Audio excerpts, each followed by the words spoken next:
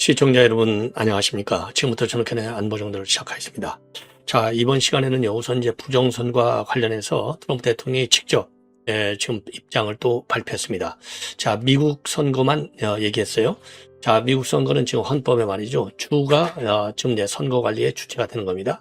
대한민국에는 중앙선관위가 있지만 미국은 각 주별로 지금 이제 선거를 집중적으로 독점적으로 선거 관리 권한을 행사하게 되어 있어요. 그런데 이거를 지금 안 되겠다. 그 이유는 자기가 2020년도 대선에서 졌다 이거죠. 왜? 부정선거 때문에 졌다는 겁니다. 그래서 이거를 연방이 가져와야 되겠다 이거예요. 그러면 왜 지금 트럼프 대통령이 이 판에서 부정선거 문제를 연방으로 갖고 오려고 그러냐. 지금 이렇게 트럼프 대통령이 얘기를 하니까 지금 공화당 의원들마저도 반대 입장을 확실하게 내놓고 있습니다. 반대한다. 노골적으로 얘기하고 있어요. 그러면 왜 이 시점에서 이걸 꺼내느냐? 지금 11월 지금 트럼프 대통령의 중간선거 심상치 않다. 왜 여론이 빠지면서 말이죠. 지금 이제 공화당 아주 공화당 아주 지지세가 확고한 텍사스 이런 데서조차도 떨어져 이번에 이제 실패했어요. 자, 그러다 보니까 지금 빨간불이 켜졌습니다. 그러다 보니까 11월 부정선거 이 중간선거에서 만약에 지게 될 경우는 이거 봐라. 지금 부정선거 때문에 내가 진 거 아니냐. 내 잘못이 하나도 없어. 내 실정 때문에 진 게 아니야. 부정선거 때문에 졌어. 그러니까 내가 얘기한 대로 연방정부로 갖고 와야지. 왜 반대하고 있는 거야. 이런 논리의 일환으로 부정선거를, 그러니까 이제 이 선거 시스템의 잘못 때문이 아니라 선거 패배를 덮기 위한 지금 공작적 차원에서 연방이 갖고 와야 된다.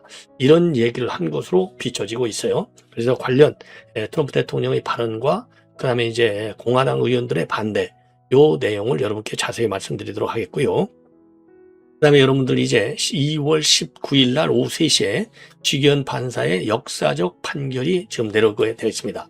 그래서 제가 이제 A한테 물어봤어요. 이렇게도 물어보고 저렇게도 물어봤더니 사형 선고는 어렵다. 이게 지금 AI가 여기저기에 물어봤더니 어렵고, 그리고 무기징역 가능성도 그렇게 크지 않다. 이러면서 유기징역을 할 가능성이 있는 것이 아니냐. 엄격한 증거주의가 필요하다는 것이죠. 그리고 지금 이제 사망자, 피해자가 없다 이겁니다. 이런 걸로 봐서는 지금 이제 내란 특검에서는 사형을 구형했지만은 이거는 불가능하다. 이렇게 AI가 대답을 하고 있어요. 왜 그러냐? 제가 왜 이걸 AI한테 오늘 또다시 물어봤느냐? 이게 질문을 어떻게 하느냐에 따라서 답이 조금씩 달라지긴 있어요. 그러나 큰 흐름은 그런 식으로 지금 AI는 판결하더라. 이렇게 말씀을 드렸는데 왜 그러냐면요. 지금 2월 11일 날, 내주 수요일 날이죠. 제가 아침 11시에 교대역에서 교대역 10번 출구 앞에서 우리 대한민국의 자유우파 유튜버 총연합회 주관으로요. 총연합회 플러스 시민단체 주관으로 대대적인 행진을 벌입니다. 바로 뭐냐? 공소기각을 하라. 그러니까 이제 죄가 안 되니까 공소기각하라. 이거를 주장하는 행진을 열어요. 자, 그래서 말이죠. 왜 그러냐면 이게 두 가지인데, 하나는 지기현 판사한테 소신껏 오로지 법과 양심에 따라서만 판결하는 것이죠. 왜냐하면 그동안에 헌재에서 그야말로 탄핵의 결정적 증거로 되어 있던 지금 홍장원의 발언, 그리고 이제 곽정근의 발언, 그리고 또 이제 한덕수 전 총리의 발언, 조지호 경찰청장의 발언, 이런 것들이 이번 재판 과정에서 거짓말로 상당 부분이 드러났다 이거죠. 왜? 통화 내용 시간대를 보면 윤 대통령이 통화도 안 했는데 통화해서 지시했다고 돼 있잖아요. 이미 여러분께 수십 번 말씀을 드렸죠.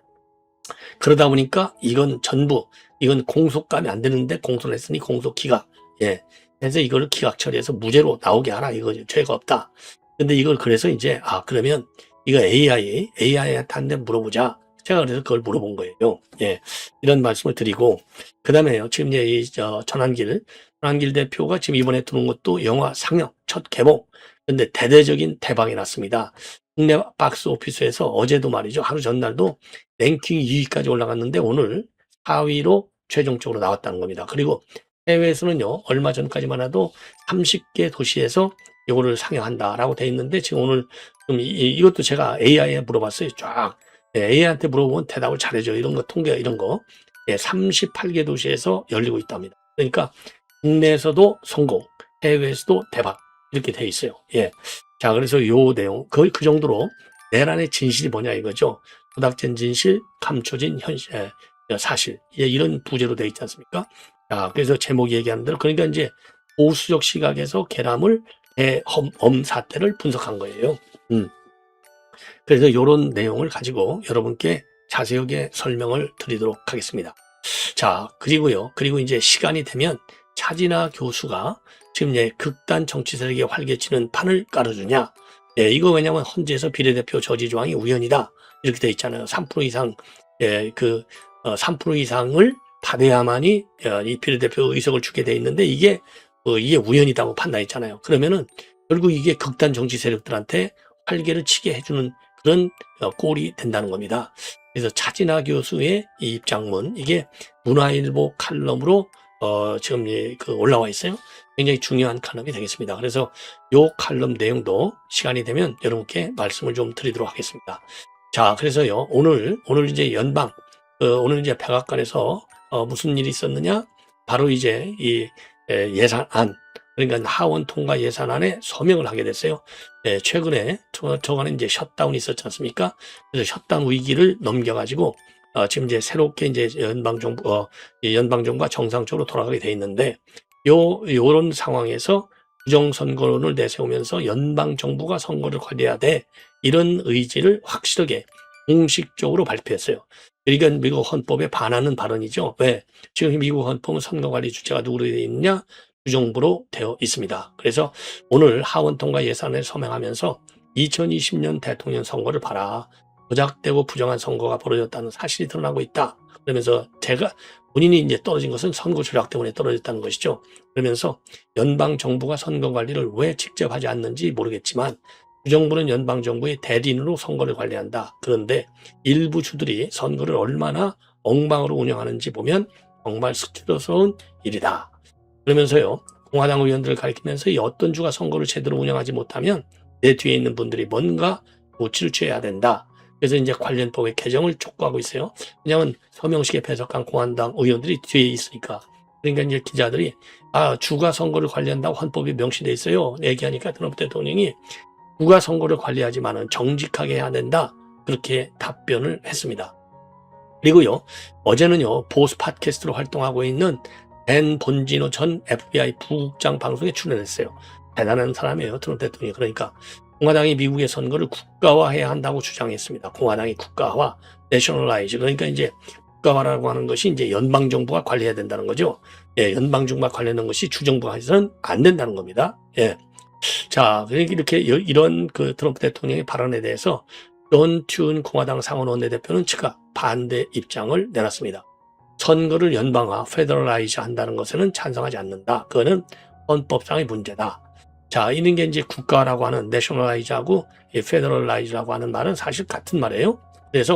그러면서 튠 원내대표는요, 미국의 헌법이 연방의 선거 개입을 막기 위해서 선거관리 주체를 각 주정부로 분산한 것이다. 나는 탈중앙화, 분산된 권력을 강하게 믿는 사람이고 한 개의 선거 시스템을 해킹하는 것보다 50개의 시스템을 해킹하는 게 더 어렵다. 예. 그리고 이제 하원 의장 마이크 존슨, 공화당 소속이죠. 하원 의장 다수당이니까 선거 관리는 항상 주의 책임이었다. 원론적으로 헌법 정신을 부정하지 않겠다는 뜻을 밝혔습니다. 그러면서도 일부 빈장 우세주들이 그 일을 제대로 하지 못한다는 우려가 있다. 그러면서 트럼프 주장도 부분적으로는 일리가 있어. 이런 얘기를 하는 겁니다. 자, 그러면 왜 트럼프 대통령이 이 판에서 이렇게 부정선거론을 또 들고 나왔느냐? 아까 드린 대로 작년 11월 뉴저지 버지니아 주지사 선거에서요, 패했어요. 그러다가 지난 1월 31일 날 텍사스 상원의원 보궐선거에서 텃밭이잖아요. 텍사스에서도 공화당이 졌습니다. 예. 텍사스는 트럼프 대통령이 17% 차이로 이긴 곳이에요. 예. 그러니까 불과 1년 만에 31%포인트의 차이가 난 거예요. 14포인트를 졌으니까. 자, 그래서 이 선거제도를 정말로 바꾸기보다는 이런 부정선거, 요거를 프레임화 시켜서 만약에 질 경우에는 이거 봐라. 부정선거 때문에 내가 또 졌잖아.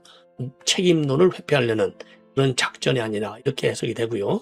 그리고 지난 1월 28일 조지아주 풀턴 카운티 선관위를 FBI가 급습해서 관련 기록물을 압수했고 현장에는 정보기관 수사를 하는 그러니까 미국 국가정보국장 장관급입니다. 털시 게버드가 직접 나왔잖아요. 그래서 NYT 보도에 의하면 게버드 국장이 FBI 요원들과 함께 트럼프 대통령하고 스피커폰으로 통화까지 했다 보도하고 있어요.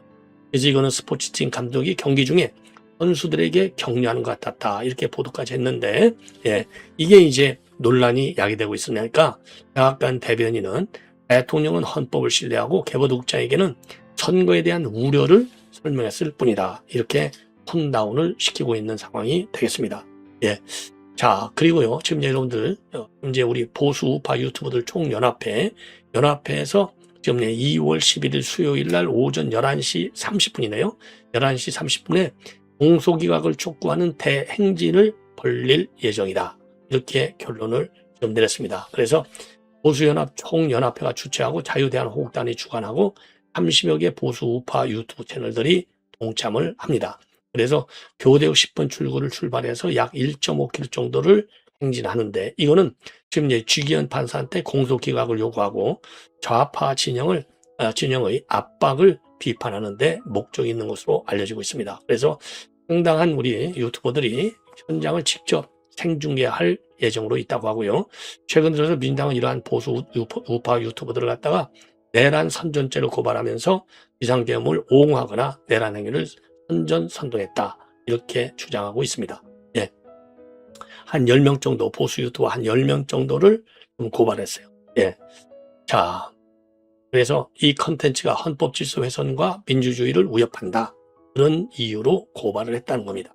예. 자, 그래서 이제 고발 근거는요, 내란 선전선동 비상계엄을 정당화하거나 윤 대통령의 체포 방해 컨텐츠를 유포했고, 그리고 허위 정보를 확산했다는 거죠.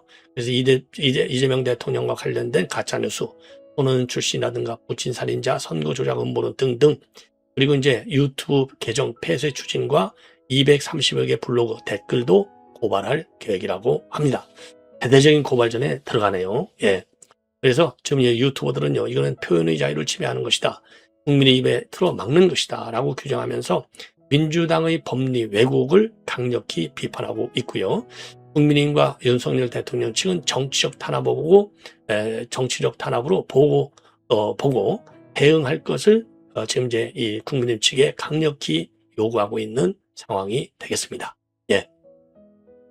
그래서 유튜버들이 공소기각을 주장하는 것은 비상계엄은 구구의 결단이다, 그리고 공수처는 권한도 없는 것을 수사를 했고 절차적 하자가 많다, 그래서 공수기각을 요구하고 있고요. 민주당의 내란 선전대 고발은 표현의 자유에 대한 탄압이다, 그리고 이렇게 비판하고 법관 독립과 상식 회복을 강조하고 있습니다. 자, 그리고요, 지금 1심 판결과 관련해서 제가 AI한테 물어봤어요. 그랬더니 공소기각 가능성은 낮다. 예, 이건 낮다. 그리고 법조계에서는요, 특검이 구형한데 사형을 구형했지 않습니까? 무거운 형이 선고될 것이다. 그러나 공소기각에 대한 반대 의견은 상당히 우세한 편이다. 왜? 과거의 내란 재판에서 보면 12.12 다승과 5.18 이런 걸 보면은 어렵다, 공소기각이. 왜냐하면 그 혐의 입증이 굉장히 커졌다는 거죠. 그리고 이제 그래서 엄중한 성과 예상이 되는데, 그렇다고 해서 사형을 집행할 가능성도 낮으나 무기징역 또는 유기징역이 예상된다. 그리고 최고위원 재판부는 절차적 엄격성을 굉장히 중시하는 이런 상황이라는 겁니다. 예. 그리고 공소기각 가능성은 일부 진보 진영에서도 제기하고 있지만은 상당히 신뢰성은 낮을 것이다. 예, 이런 지금 입장이 나오고 있습니다. 굉장히 자, 그래서 말이죠, 이 전반적으로 보면은 지금 여러분께도 이미 말씀을 드린 대로 유기징역 가능성도 상당하다, 이 정도 선으로 나오는 것 같아요. 예. 그 다음에 이제 이 영화에 관련해서 여러분께 말씀을 드리면 이거는 뭐 너무나 간단한 내용인데요. 우선 이게 박스오피스 4위로까지 올라갔다는 겁니다. 이거 대단한 거죠. 예, 4위. 그래서 지금 전 세계, 간단하게만 말씀을 드릴게요. 전 세계 38개 도시에서 이게 개봉이 됐다는 겁니다. 38개 도시. 자, 어마어마한 것이죠. 예, 38개 도시에서 개방이 됐다. 자, 그래서 지금 이제 이 롯데 시네마에서는 2위까지 올라갔다는 겁니다. 2위까지 올라갔어요. 이거는 이제 우리 보수 우파 유튜버들이 대대적으로 요거를 홍보했고요. 그리고 이제 전한길 대표하고 이영돈 PD, 이 본인들이 갖고 있는 인지도, 이게 이제 굉장히 영향을 많이 준 것이 아닐까 생각이 듭니다. 예. 자, 그래서 지금 이제 관객들도 이 영화를 보고 나서는 진실을 규명해야 될 것이 아니냐. 예. 그리고 이제 더군다나 아까도 말씀드린 때는 2월 19일 날 선거가 지금 이제 다가오고 있잖아요. 그러다 보니까 지금 이 영화에 대한 영화에 대한 그 관심이 그만큼 커지는 것이 아니냐. 예. 이런 생각이 들어요. 그래서 지금 이영등 이 두 분인데요. 민주당과 민노총의 사전 대응, 내란 조작 의혹을 지금 다루고 있다. 그래서 줄거리는요, 선포 당일부터 해제까지의 과정을 타임라인으로 추적하고 있어요. 그래서 대통령실과 국방부의 계엄 준비 과정, 국회 투입 병력 배치 등을 재현하고 있습니다. 그리고 야당의 조작 내란 프레임과 시민 보수 진영의 반발 장면도 포함되어 있어요. 그리고 이제 핵심 내용으로 보면 민주당 지도자들의 계엄 대비 모의, 민노총 동원 의혹 강조, 그다음에 전한길 총각 목사 등 보수 인사들의 현장 기록과 인터뷰, 진실 규명 메시지로 계엄이 정당했지만은 좌파 세력의 음모로 왜곡됐다. 이렇게 주장하는 내용이 주 내용으로 되어 있고요. 이 영화를 계기로 해서 또 이 계엄에 대한 지금 해석 문제를 두고 여야 간의 충돌이 다시 이어질 가능성도 상당한 것이 아니냐. 이렇게 판단이 됩니다. 네. 그러면요, 지금 마지막으로 극단 정치 세력 활개칠 판 깔아주냐. 이거는요, 지금 헌재가 지난 1월 29일 날 비례대표 저지 조항 공직선거법 189조 제2랑 국회의원 비례대표의 경우는 선거에서 3% 이상을 득표하거나 지역구 선거에서 5석 이상을 얻은 정당에만 비례대표 의석을 배분한다. 이 조항에 대해서 헌재가 지난 1월 29일 날 우연 결정을 내렸어요. 그래서 수십 년 동안 유지되어 온 이 조항에 대한 우연 결정은 굉장히 예외적이고 현실 정치에 대한 파장이 얘기된다. 이렇게 차진아 고대 교수가 주장을 하고 있습니다. 그래서 비례대표 저지 조항은 독일에서 비례대표의 단점을 보완하기 위해서 창안된 그런 제도라는 거죠. 왜냐하면 바이마르 공화국 당시에 군소정당의 난립으로 극심한 정치적 혼란을 겪었던 독일이기 때문에 2차 대전 이후 소동의 민주정치를 복원하면서 정치적 안정 확보를 위한 필수 요소로 건설적 불신임과 함께 이런 조항을 도입했다는 겁니다. 그리고 지금도 독일은 총선에서 5% 이상 득표하지 못한 정당은 비례대표 의석 부분에서 배제하도록 되어 있어요. 예. 그러니까 정치의 안정성 때문에 그랬다는 거죠. 그런데 헌재는 이 저지 조항이 신생정당의 출현을 어렵게 해서 양당제의 폐해를 확대 재생산하고 대통령제인 국가인 우리나라는 저지 조항의 필요성이 작다. 예. 저지 필요성도 작다. 이렇게 주장하면서 군소정당 난립 문제는 비례대표 의석이 300석 중 46석밖에 되지 않아 심각하지 않다.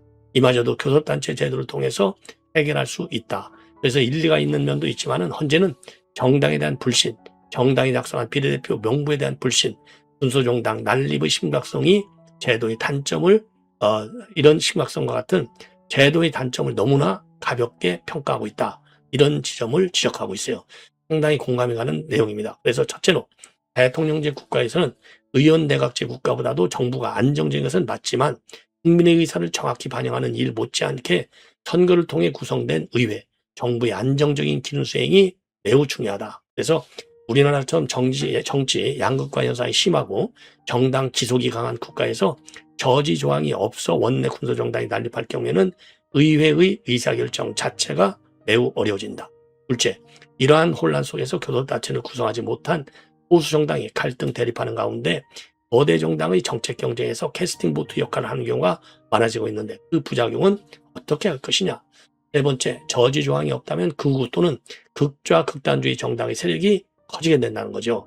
극단주의 정당들이 소수 의원을 통해서라도 원내에 진출하게 되면 극단주의에 대한 강경 대응이 매우 어려워진다는 겁니다. 예. 자, 그리고 말이죠. 우파가 극우 정당을, 좌파가 극좌 정당을 그렇게 몰아세울 수 있겠는가? 그것이 어렵다는 점은 민주당이 통진당 찬동 세력을 흡수하고 심지어 총선에서 해상된 통진당의 후속 정당인 진보당과 선거 연대까지 한 것을 봐라 이거죠. 그리고 네 번째, 군소정당의 난립이 심해지면 결국은 어떻게 되느냐? 정치적 대립과 갈등과 분열도 더 심해지게 된다. 예. 자, 그래서 이런 헌재 결정은 지금 우리 한국에서도 극단주의 세력, 이게 이제 지금 문제시되고 있는데 그런 문제를 더 조장하는 일로 이어질 가능성이 크다는 것입니다.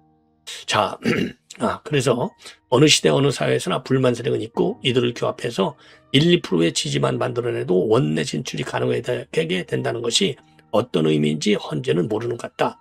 그러니 일부 극단주의 정당이 원내 진출해도 교섭단체 구성은 어려울 것이어서 문제가 없다고 안일하게 생각하고 있는 것이다. 지금 독일에서 5% 저지 조항에도 불구하고 극좌 극우의 극단주의 정당들이 득세하는 상황을 헌재는 심각하게 받아들이지 않는 것인가? 저는 차재나 교수의 주장에 적극적으로 저는 동조합니다. 더군다나 말이죠. 우리 국내는 군소정당 중에는 동북 좌파 성향의 군소정당들이 너무나 많아요. 이걸 보면 말이죠. 북한의 대남 공작이 이런 극좌 정당에 침투할 가능성이 매우 동하다.